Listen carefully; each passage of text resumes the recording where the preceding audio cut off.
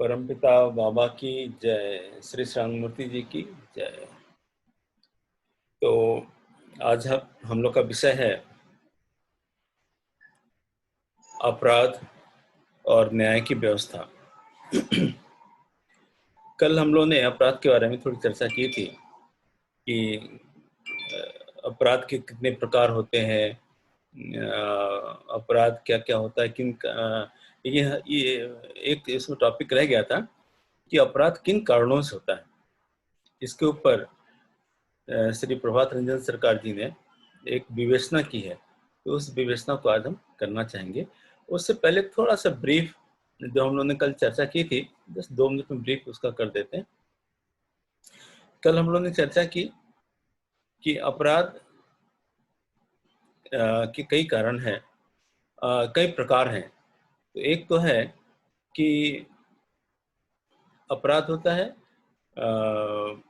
कुछ लोग विवश होते हैं करने के लिए क्योंकि उनके वृत्तियों के द्वारा उनकी जो संरचना है, शरीर और मन की संरचना इस प्रकार की है कि वो विवश हो जाते हैं अपराध करने के लिए। और उनके कुछ लक्षण भी थे जो जिसकी हमने चर्चा की, कि जैसे कुछ बच्चे हैं काफी समय तक 8-10 साल 11 साल तक उनको मुंह से लार निकलता है, तो उसके उनके अंदर इस तरह की प्रवृत्ति जग जाती है।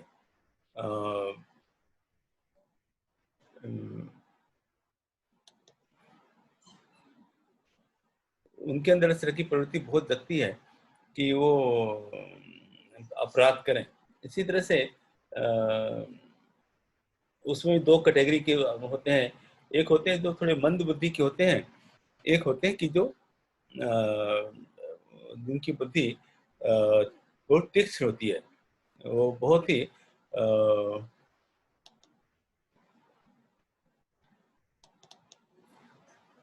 उनकी तीक्ष्ण होती है। और वो जो अपराधी होते हैं वो एक गैंग बना के करते हैं, जैसे डकैत लोग होते हैं, उस तरह की उनकी उस तरह का वो अपराध करते हैं। और उनको छोटे मोटे अपराध में मजा नहीं आता, वो अपने आप को बड़े अपराधी मान के चलते हैं। और उनमें से कुछ लोग रॉबिन हुड जैसा भी व्यवहार करते हैं कि उन्होंने बड़े लोगों से लूटा और छोटे लोगों को दे दिया। जैसा कि खास करके हम लोग अपने ब्रज क्षेत्र में हम देखते थे कि कुछ लोग ऐसे डाकू होते थे जो कभी चंबल में चले गए और वहाँ कहीं से डकैती की किसी गांव में, और वहाँ से गांव में जा कर के फिर जो लूटा हुआ सामान था लोगों को बांट दिया। ऐसा कुछ कुछ सुनने में आता था। कुछ लोग हैं कि इन्वायरमेंट की वजह से, वातावरण की वजह से अपराधी हो जाते हैं। वातावरण का मतलब यह है उसके घर का वातावरण ऐसा होगा या समाज का कुछ ऐसा वातावरण होगा। घर का वातावरण क्या है, जैसे कि कुछ लोग हैं जो माँ बाप हैं, वो बच्चों को चोरी करना सिखा देते हैं। तो वो बच्चों को चोरी कैसे सिखाएंगे, वो छोटे छोटे बच्चों को बोल दिया जाओ वहां से सामान उठा के ले आओ। वहां से बच्चे के अंदर चोरी करने की प्रवृत्ति नहीं है, लेकिन फिर भी बच्चा विवश हो जाता है क्योंकि माँ बाप का उसको कहना मानना है। तो माँ बाप को कहना मानने के लिए वो विवश है कि वो चोरी करेगा। तो अब उसके अंदर प्रवृत्ति नहीं है, लेकिन क्योंकि माँ बाप के ऐसे वातावरण में है, ऐसे ही समाज का कहीं वातावरण होता है। कुछ लोगों का ऐसा समाज होता है जहाँ पर इस तरह के क्राइम्स करने का एक माहौल बन जाता है, तो लोग उस क्राइम को करने के लिए विवश हो जाते हैं। तो वो वातावरण के हिसाब से अपराधी हो गए। कुछ लोग हैबिट के हिसाब से अपराधी होते हैं कि उनके अंदर ऐसा भाव होता है कि जब समाज में कानून की व्यवस्था ठीक नहीं है, लचर व्यवस्था है, कोई ठीक से देखता नहीं हो, किसी को दंड नहीं मिल रहा हो, तो लोग इस तरह की आदतें कर लेते हैं कि चलो हम थोड़ा बहुत मन में जो प्रवृत्ति है अपराध करने की, तो अपराध कर लेंगे। लेकिन ऐसे लोग जब अपराध करते हैं, तो ये व्यवस्था ठीक हो जाए तो ऐसे लोग अपराध कम करते हैं। मतलब ये एक व्यवस्था के अनुकूल अपने को चेंज भी कर लेते हैं। उनके अंदर प्रवृत्ति थी अपराध करने की, लेकिन देखा व्यवस्था तो ठीक है, तो उन्होंने अपराध के लिए पीछे हट जाएंगे, नहीं करेंगे। इसी तरह से अपराध करने की एक और प्रवृत्ति है जो कि नेसेसिटी के हिसाब से, आवश्यकता के हिसाब से, कि जैसे मान लीजिए उसको पास खाने पीने की कमी है, किसी ऐसी चीज की कमी है, और वह देखता है कि उसके बिना उसका जीवन विपन्न हो जाएगा, तो वो कहीं से भी सामान चुरा करके ले आया, उसने खा लिया, किसी का सामान ले लिया। तो इस तरह की जो है नेसेसिटी के हिसाब से लोग अपराध करना शुरू कर देते हैं।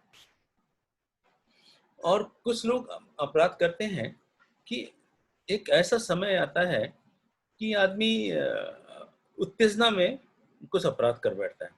वैसे वो शांत प्रकृति का आदमी है, उसके अंदर कोई ऐसी इच्छा नहीं थी कि अपराध करे, लेकिन उस विशेष समय पर उसके अंदर उत्तेजक होकर के उस अपराध कर बैठता है।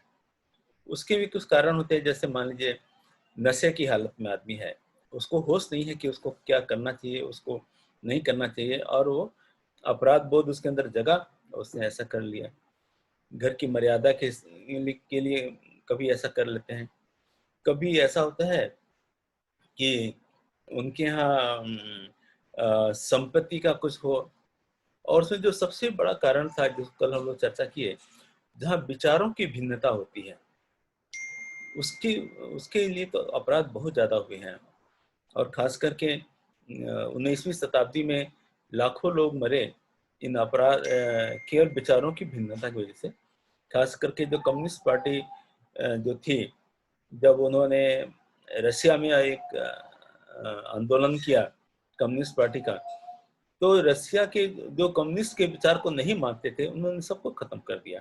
जितने भी वहाँ के गणमान्य लोग थे, सबको खत्म करते चले गए। ऐसा ही चीन में हुआ। जब माओ ने वहाँ पर मार्क्सिज्म को फैलाया, तो जो लोग इसको विरोध में आए, उन्होंने सबको कत्ल कर दिया, सबको मार दिया था। तो ये जो व्यवस्था उन्होंने इसी तरह से जहाँ जहाँ भी मार्क्सवाद फैला, जहाँ भी विचारों का उनके साथ में ऐसा हुआ कि कोई मतभेद हो रहा है, तो उसको खत्म कर देते। तो इस तरह की जो बातें हुई, तो विचारों के मतभेद के कारण भी काफी अपराध हुए हैं। इसके बारे में हम लोगों ने चर्चा किया था। और उसका एक और कारण था कि जब हमारी शिक्षा व्यवस्था में नैतिक की शिक्षा नहीं हो, तभी अपराध का बोध, अपराध बढ़ जाता है। तो नैतिकता हमारी शिक्षा में बहुत जरूरी है। बिना उसके नैतिकता के आगे काम नहीं चलेगा। और इसके लिए ये एक आवश्यक है कि शिक्षा के हर लेवल पर, हर स्तर पर, छोटे बच्चों से लेकर के जब तक वो शिक्षा मिल रही है उसको, तो वो पीएचडी तक की भी शिक्षा क्यों ना हो, उसको उसके सिलेबस में नैतिकता का पाठ होना जरूरी है। तो अब हम लोग बात करेंगे, ये तो कल थोड़ा इस पर हम लोग ने चर्चा कर ली थी कि जो ये होता क्यों है, ये जो अपराध क्यों बढ़ते हैं, किस लिए होते हैं, इसके बारे में श्री प्रभात रंजन सरकार जी ने चर्चा की है। और उन्होंने कहा कि जबकि भौतिक और मानसिक अभाव का अभाव हो, तो अपराध बढ़ेगा। भौतिक अभाव क्या है, जो जो हम लोग पहले बात कर रहे थे, नेसेसिटीज जो हैं, जो आदमी की जो मूलभूत आवश्यकताएं हैं, भोजन है, वस्त्र है, चिकित्सा है, शिक्षा है, आवास है, इसका जब अभाव होगा तो अपराध बढ़ेगा। मानसिक अभोग क्या है, जब आदमी का मानसिक स्तर ऊंचा नहीं उठ रहा है, नहीं है, क्योंकि जनमानस का मानसिक स्तर बहुत नीचे स्तर का है, तो क्या होता है कि लोग सेंटिमेंट में बहते हैं, तो अपराध बोध बढ़ जाता है। कोई भी एक छोटा नेता होगा, सेंटिमेंट में कह दिया कि अरे ये देखो हमको, हम लोग को मारने आ रहा है, सब गांव वाले उठ करके आ गए सब, और झगड़ा करना शुरू कर दिया कोई छोटी मोटी बात को लेकर के। वो क्यों हो रहा है, क्योंकि हम उनका जो मानसिक अभोग है वो बहुत कम है, मानसिक स्तर बहुत छोटा है, छोटी छोटी बातों पर झगड़ा कर लेंगे। तो उन्होंने कहा कि अपराध के कारण में पहला कारण है कि भौतिक और मानसिक अभोग की कमी। दूसरा है कि जो भौतिक और मानसिक जो पैबुला है, जो जो हमारी शक्ति है, यदि उसका हम प्रॉपर इस्तेमाल नहीं कर रहे हैं, तब भी अपराध बढ़ेगा। वो क्या चीज है? जैसे मान लीजिए कि हमने फिजिकल, भौतिक धन बहुत बढ़ा लिया एक आदमी में, लेकिन अब उसको ये नहीं मालूम है कि उसको किस तरह से उसका उपयोग किया जाए।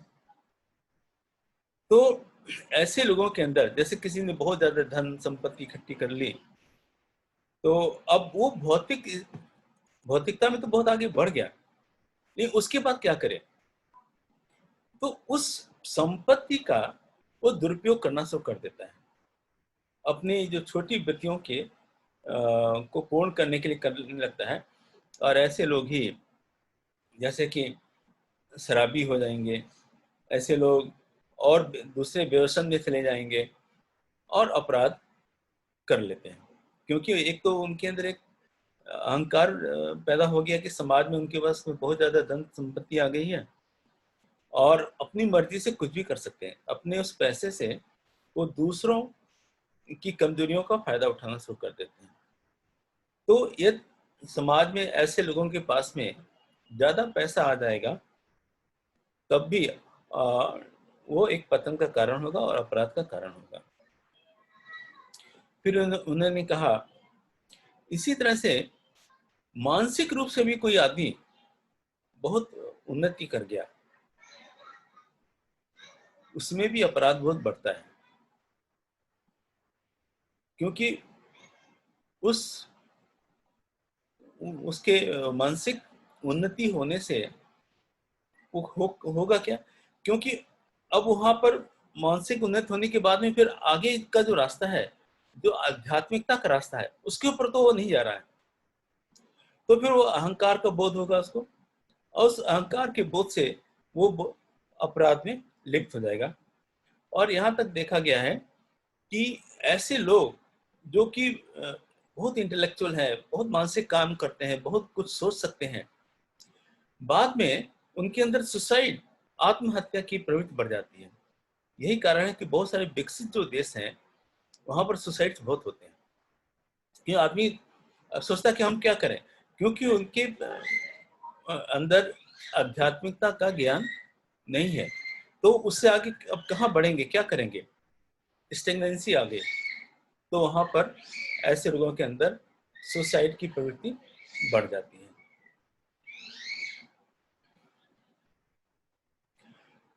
इसी तरह से मानसिक और भौतिक जो उन्नति है, एक स्तर पर आके रुक जाए। अभी होता क्या कि जैसे मान लीजिए हमने भौतिक कोई चीज हो गई और हम उसमें फिर प्रगति, हम खाने पीने की कमी नहीं है, किसी भी चीज की कमी नहीं है, लेकिन उसकी प्रगति नहीं हो रही है, स्टेगनेंसी हो गई। जैसे कि मान लीजिए हमारे पास खाने पीने की सब है, लेकिन रोज हमको कहा जाए कि तुम एक तरह की दाल खाओ, एक तरह की सब्जी खाओ, तो हमारा मन उससे उचट जाएगा। कोई कहे कि नहीं, केवल तुमको ये रसगुल्ला ही खाना रोज, मन होता है नहीं रसगुल्ला भी खाओ, ये चेंज करके खाने का मन करता है। तो इस तरह की बातें होती है। तो जब स्टेगनेंसी हो जाए, भौतिक उन्नति एक स्तर पर आकर के कम हो जाए, रुक जाए, तब ऐसे ऐसे अवस्था में भी अपराध का बोध बढ़ जाता है। यही चीज मानसिक प्रगति में भी है, कि मानसिक स्तर से भी जब आदमी का कितना भी आगे बढ़ता चला जाए, बढ़ गया हो, लेकिन एक स्तर पर आकर के फिर रुक गया, तो जैसे हमने कहा कि ऐसे लोग में सुसाइड की भी संभावनाएं बढ़ जाती हैं, क्योंकि अब उनको से निराश हो जाते हैं जीवन से कि अब हम क्या करें। या तो बहुत अहंकार अहंकार बोध हो जाएगा, या जीवन से निराशा हो जाएगी, क्योंकि उन्हें लगता है कि उन्होंने जो सब कुछ तो उनके पास मिल गया है। और उसका एक ही कारण है कि इन लोगों के अंदर जब ये आध्यात्मिक साधना नहीं होगी तो उनको फ्रस्ट्रेशन होगा। तो आध्यात्मिक साधना का होना बहुत जरूरी है, बिना उसके काम नहीं चलेगा।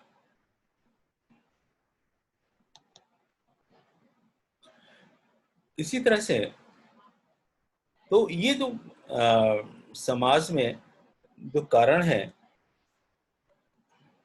जिससे कि अपराध का बोध बढ़ता है, तो उसको बाबा ने अपने श्री प्रभात रंजन सरकार जी ने एक अच्छी तरह से समझाया कि ये इन कारणों से अपराध बढ़ते हैं।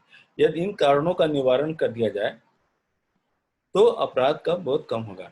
उन्होंने कहा कि जो एक चीज होती है मूवमेंट, एक चीज होती है प्रोग्रेस। जैसे कोल्हू का बैल है, मूव तो कर रहा है कि एक जगह से वो चारों चक्कर लगा रहा है, चक्कर लगा रहा है, चक्कर लगा रहा है, लेकिन जो चक्कर लगा रहा है उसका मूवमेंट हो रहा है, लेकिन उसकी प्रोग्रेस नहीं हो रही है। तो प्रोग्रेस कहाँ होती है?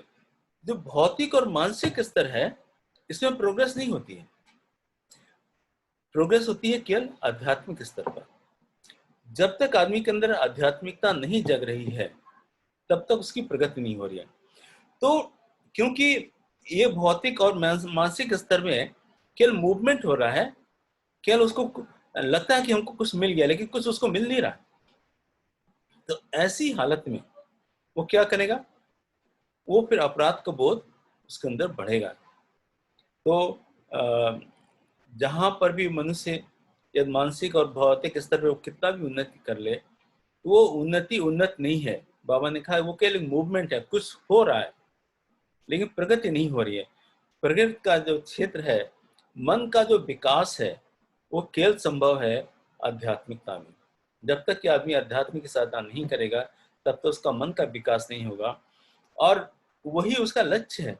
तो उस लक्ष्य की ओर जाने के लिए जब तक उधर हम अपने मानसिक शक्ति को, भौतिक शक्ति को उस तरफ नहीं लगाएंगे, उस तरफ नहीं बढ़ाएंगे, तो प्रगति नहीं हो रही है। जब प्रगति नहीं हो रही है तो अपराध बहुत बढ़ जाएगा।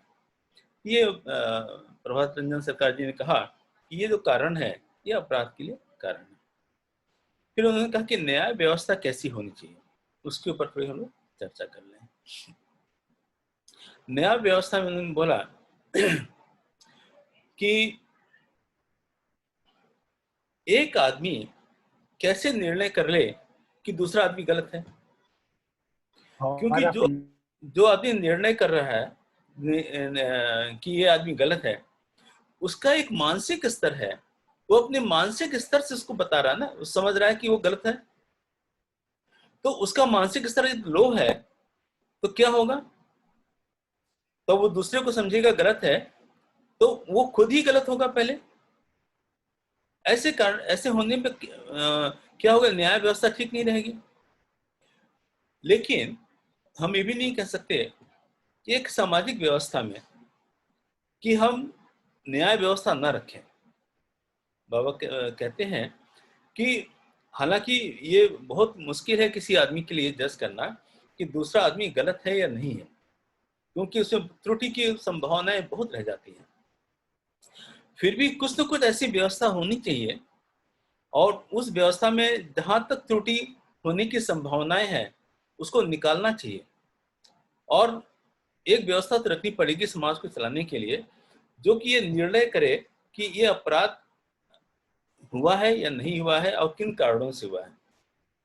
जैसे अपराध के बहुत सारे प्रकार बताए, तो उसकी जो दंड प्रणाली है, हालांकि बाबा कहते हैं कि दंड प्रणाली प्रौध सम्मत नहीं है। हमको केवल सुधार गृह बनाने हैं और सुधार व्यवस्था बनानी है। हम दंड व्यवस्था के हम खिलाफ हैं। दंड करने के लिए हम कभी किसी को हम ये न्याय नहीं देंगे, हम करेंगे उसको सुधार करने के लिए। तो वो हमारा लक्ष्य है। तो उसको शुरू में ही उन्होंने कहा कि हमारी न्याय व्यवस्था ऐसी होगी जहां पर केवल सुधार की बात हम करेंगे, दंड की बात करेंगे नहीं। तो ऐसी स्थिति में फिर क्या किया जाए? तो उन्होंने कहा कि आज की जो व्यवस्था है इसमें एक चीज और आती है। जैसे गांव में पंचायत की व्यवस्था है कि कोई गांव के झगड़े हुए और पंचायत वालों बैठ करके उसमें कुछ निर्णय लेते हैं, और बोलते हैं कि ये आदमी अपराधी है, या आदमी अपराध नहीं है, इसका अपराध है, उसका ये दोष है, इसका ये दंड हो गया। इस तरह की जो बातें होती है, तो श्री सरकार जी ने कहा ये गलत है, क्योंकि ये जो पंचायत के लोग हैं, इनका अपना एक मानसिक स्तर है ना, एक मानसिक स्तर के लोग हैं। वो कैसे निर्णय ले लेंगे कि कौन आदमी कैसे गलत था। और ये लोग इलेक्टेड लोग हैं, ये किसी न किसी विचारधारा से प्रभावित लोग हैं। जो आदमी एक विशेष विचारधारा से प्रभावित होगा, तो उसके जो निर्णय होंगे वो कभी ठीक नहीं होंगे। तो न्याय व्यवस्था ऐसी होगी जहां पर के विचारों का प्रभाव कम से कम हो, और ये जो निर्णय करने वाले लोग होंगे, उनका मानसिक स्तर, उसका विवेक बहुत हाई लेवल का होना चाहिए। यदि हाई लेवल का नहीं है, तब वो न्याय नहीं दे पाएगा। तो उन्होंने कहा कि ऐसे कारणों से ये जरूरी है कि इस तरह की जो पंचायती व्यवस्था में जो न्याय की व्यवस्था थोड़ी ऐड कर दी गई है कि कोर्ट कचहरी में ज्यादा भार ना बढ़े, तो वो अपने आप में सही नहीं है। उन्होंने कहा कि मान लीजिए हमको ये पंचायत के लेवल पर कुछ करना ही है, एक नई व्यवस्था को लेकर आना ही है, तो वहां पर ये इलेक्टेड लोग नहीं होंगे, चुनाव के द्वारा आए हुए। क्योंकि चुनाव में क्या होता है कि एक आदमी मेजोरिटी से आ गया, जो मिनॉरिटी है, जो कम, जिसने वोट नहीं दिया है, उसके प्रति उसकी दुर्भावना हमेशा रहेगी, या ऐसे लोगों की, ऐसे ग्रुप के अंग इसमें रहेगी। तो उसके जो निर्णय होंगे वो एक किसी न किसी स्वार्थ से प्रेरित होंगे। तो ये अपने आप में चीज ठीक नहीं है। यदि ऐसा करना भी है तो उन्होंने कहा कि आप रिटायर्ड जज को रखो, या कुछ ऐसे वकीलों को रखो जो कि जिनकी अपनी समाज में एक अच्छी छवि है, जो कि न्याय व्यवस्था की को जानते हैं कि न्याय व्यवस्था में किस तरह से न्याय दिया जाए, उस बारे में उनकी जानकारी है। तो ऐसे लोगों को आप रखेंगे, तब कम से कम कुछ तो संभावना बढ़ जाती है कि हम कैसे न्याय दिया जाए। फिर उन्होंने कहा कि ये जो जज होगा, उनका जज का स्टैंडर्ड बहुत हाई होना चाहिए। उन्होंने बोला कि जो न्याय व्यवस्था है, ये जो मानसिक स्तर है, मानसिक आध्यात्मिक स्तर, बाबा ने बोला कि मानसिक स्तर से ऊपर मानसा आध्यात्मिक स्तर के लोग होंगे, वो होंगे जज में, ऐसी उतनी उन्नत किए हुए। उन्होंने बोला कि आध्यात्मिक स्तर से नीचे और मानसा आध्यात्मिक स्तर के लोग होंगे, वही न्याय व्यवस्था के लिए उपयुक्त लोग होंगे। तो जो ऐसे लोग होंगे, उनका जो मॉरल स्टैंडर्ड होगा, नैतिक स्तर काफी ऊंचा होना चाहिए। यदि ऐसा नहीं है तो वो लोग बराबर न्याय नहीं दे पाएंगे। तो उन्होंने फिर न्याय के बारे में कुछ और भी बातें कही कि मान लीजिए एक जज है, जज का जो निर्णय है, एक ही आदमी का निर्णय है, वो फाइनल होगा, जो भी वो निर्णय लेता है। तो उसके नीचे कोई जूरी होती है, मान लीजिए 2-4 लोगों की जूरी बनी हुई है, और जूरी भी अपनी एक इंडिपेंडेंट रिपोर्ट देती है कि उन्होंने इस केस में देखा, इसमें ऐसा हुआ है, इसमें ऐसा हुआ है, और उनका एक निर्णय हुआ। वो जूरी भी जज को बताती है कि मेरे ख्याल से ऐसा सा है। तो ऐसा जरूरी नहीं है कि जज उस जूरी की बात को माने, लेकिन हाँ, जूरी जो कह रहा है उसको उसको सुनना जरूर है, उसको देखना जरूर है कि जो जूरी का निर्णय क्या होकर क्या रहा है। बाबा यहाँ तक कहते हैं, मान लो जूरी को ऐसा लगता है कि ये जो जज है, ये अपने विवेक का इस्तेमाल नहीं कर रहा है, ये किसी अन्य बातों से प्रभावित होकर के अपना निर्णय ले रहा है, तो जूरी उसके जो सीनियर जज है उसको शिकायत कर सकता है। तो जूरी को बाबा ने कहा इतना पावर हम देते हैं। यहाँ पर इस समझने वाली बात यह है कि ऐसी व्यवस्था क्यों दे रहे हैं। बाबा नहीं चाहते कि एक आदमी का पावर तो है, लेकिन उसके ऊपर एक अंकुश भी होना चाहिए, एब्सोल्यूट पावर नहीं होना चाहिए। यदि एब्सोल्यूट पावर हो गया, एकदम हम कहें कि हम सब कुछ हम ही हैं, तो एक जज तो सब कुछ हो गया, ऐसा नहीं होगा। जज के ऊपर भी जूरी के जो लोग हैं बैठे हुए, वो भी एक अंकुश रखेंगे कि यदि उनको कभी कहीं लगा कि ये जो इसका जो जज है, अपना निर्णय जो लेता है वो किसी किसी स्वार्थ से प्रेरित है, किसी और तरह की चीज से प्रेरित है, तो वो चाहेंगे तो उसको कहेंगे भाई, उसकी शिकायत आगे कर देंगे, और फिर आगे वाला देखेगा कि वो उसमें उनको रखना है कि नहीं रखना है।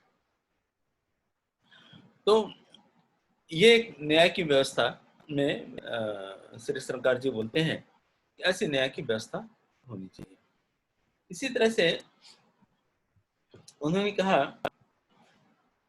कि जो न्याय की व्यवस्था है उसमें क्या 4-5 चीजों को देखा जाता है। एक तो जो विटनेस हैं, जो लोग आके बोलते हैं कि नहीं हमने इस वाकया को होते हुए देखा और इस तरह से होते हुए देखा। कुछ एविडेंसेस होते हैं, वो तथ्य डॉक्यूमेंट्स या कुछ फोटो या कुछ और चीजें सामने ला के रखते हैं कि भाई देखिए ऐसा हुआ था, उसका ये प्रमाण है। फिर जो उनके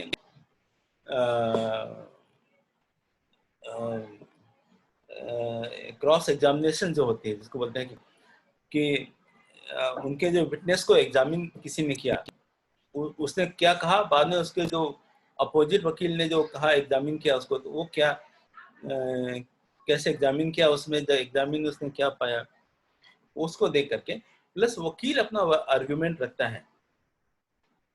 यहाँ पर एक चीज बोलते हैं कि हालांकि ऐसा कहा जाता है कि वकीलों का अपना एक स्टैंडर्ड ऐसा है कि वो चाहते हैं कि लड़ाई झगड़ा चलता रहे, उनकी अपने एक रोजी रोटी का, जीविका का भी प्रश्न है, प्लस वो मुजरिम को बचाने के लिए मोटी रकम लेते हैं और किसी न किसी तरह से चाहते हैं कि मुजरिम या कोई अपराधी है तो अपराधी बच जाए। तो ऐसी व्यवस्था में क्या वकील का होना जरूरी है नहीं है, उसके ऊपर उन्होंने फिर चर्चा की और वो बाद में निष्कर्ष पे पहुंचते हैं कि ऐसा होने के बावजूद भी ये जो एडवोकेट का जो सिस्टम है, जो व्यवस्था है वकील की, उस वकील की व्यवस्था को हम नकार नहीं सकते, उसको साथ में लेकर चलना होगा। और दोनों तरफ के वकील जब जिरह करते हैं, जब किसी मुद्दे पर आपस में करते हैं, तो वो अपने दिमाग से उस केस की तह तक जाते हैं और कोई एक गलत कर रहा है तो दूसरा वकील उसको ऑब्जेक्ट करता है, यार उसने कुछ ऐसा किया तो उसने उसको ऑब्जेक्ट किया, तो एक बैलेंसिंग होकर के चलता है कि एक ने कुछ कहा तो दूसरे ने ऐसा किया, तो दोनों पक्ष की बात बराबर बराबर आ रही है। लेकिन जो बात वकील अपनी तरफ से रख सकता है, वो मुलजिम जो है, जो अपराधी है, अपनी बात को ढंग से नहीं रख सकता, क्योंकि हर एक आदमी की अपनी बोलने की, समझने की, एक विचारों को प्रकट करने की क्षमता होती है। तो जो मुलजिम है वो अपने आप में घबराए हुआ है, या नहीं भी मुलजिम है, उस केस में जो इन्वॉल्व है, तो उसके मन की स्थिति क्या है, उसके हिसाब से वो इमोशनल होकर के बातें करेगा, जिससे कि केस में उसके फेवर में भी जा सकता है, उसके फेवर में नहीं भी जा सकता है, क्योंकि वहां पर जब इस तरह की इमोशंस की जब बातें होंगी तो जज प्रभावित हो जाए, हो सकता है। इसलिए उन्होंने कहा कि ये जो वकील का जो रोल है न्याय व्यवस्था में, ये रोल को रखना होगा और इसके बिना काम नहीं चल सकता, ऐसा उनका मानना है। तो जो हमारी न्यायिक प्रणाली अभी चल रही है, केवल उसमें उन्होंने कहा कि जज के ऊपर, क्योंकि जब जज के निर्णय से किसी अपराधी को हम छोड़ भी सकते हैं या निरपराध आदमी को भी छोड़ा जा सकता है, तो जज के ऊपर बहुत अंकुश होने की आवश्यकता है, उसके ऊपर निगरानी रखनी पड़ेगी, विजिलेंस रखना पड़ेगा कि ये आदमी कहीं किसी बेवसन से तो ग्रसित नहीं है, शराबी तो नहीं है, नशे में तो नहीं रहता, या इसकी संगत तो खराब नहीं है, इसका उठना बैठना एंटी सोशल लोगों के साथ तो नहीं है। इस तरह की जो चीजें हैं जज के बारे में रखना पड़ेगा, ये व्यवस्था एक रखनी पड़ेगी, जिससे कि ऊपर वो देखा जा सके कि जज जो अपना निर्णय ले रहा है वो सही निर्णय हो, तर्क संगत हो और नियम पर आधारित हो। फिर श्री सरकार जी बोलते हैं कि हमारा जो पेनल कोड कैसा हो। तुम बोला कि जो नियम कानून बनते हैं, तो पुराने नियम कानून होते थे जहां पर जो धर्म है, धर्म से प्रेरित नियम कानून होते थे। मान लीजिए किसी के धर्म में उन्होंने एग्जाम्पल दिया है कि इंग्लैंड में आत्महत्या करना बहुत बड़ा अपराध माना जाता है।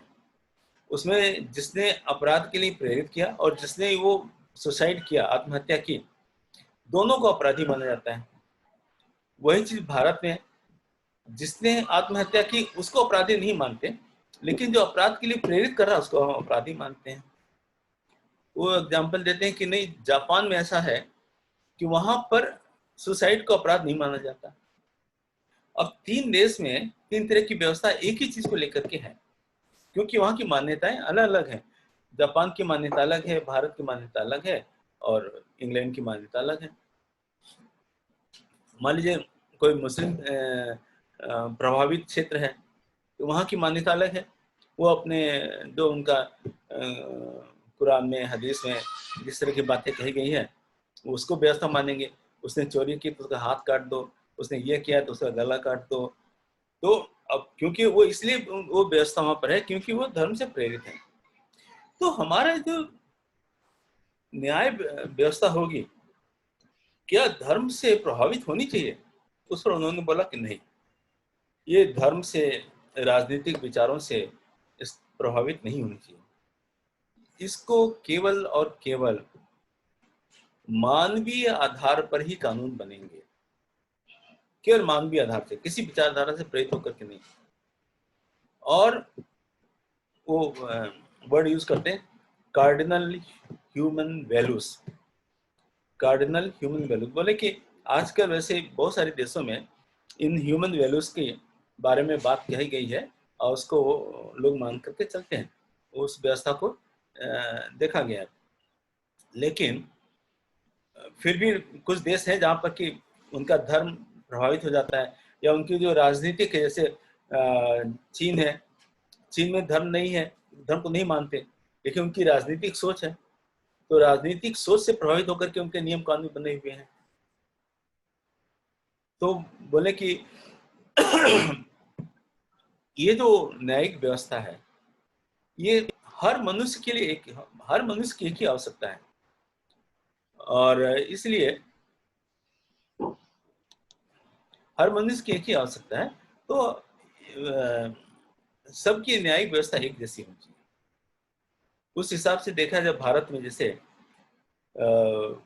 मुस्लिम कोड अलग है, हिंदू कोड अलग है, ऐसा करके हम दो कानून यहाँ देखते हैं। मुस्लिम लोगों के लिए कानून अलग बना दिए गए, हिंदू लोगों के लिए अलग कानून बना दिए गए। तो ये जो व्यवस्था है जहाँ पर कि हिंदू कोड बिल और मुस्लिम कोड बिल अलग अलग बनाए, जहाँ पर संपत्ति का अधिकार, एक विधवा को मुस्लिम में संपत्ति का अधिकार बिल्कुल नहीं होता, हमारे हिंदू में होता है। वहाँ पर तलाक की व्यवस्था बहुत ही सरल दी गई है कि एक आदमी के 3 बार अटरेंस करेगा तो उसको तलाक हो जाएगा। हमारे यहाँ वो व्यवस्था नहीं है।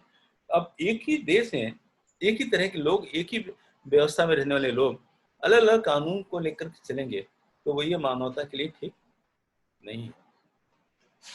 तो इस तरह की व्यवस्था नहीं होती। इस तरह की व्यवस्था का जो प्रावधान दिया है, तो उन्होंने बोला कि जो अपराध है, तो न्यायिक व्यवस्था के जो नियम कानून जब भी जैसे भी बनेंगे, वो ऐसे होने चाहिए जो कि ह्यूमन वैल्यूज को लेकर के बने, वो किसी धर्म और किसी मत से प्रभावित नहीं होनी चाहिए। तो ऐसी हमारी न्यायिक व्यवस्था होगी, ऐसा उन्होंने श्री प्रभात रंजन सरकार जी ने कहा है।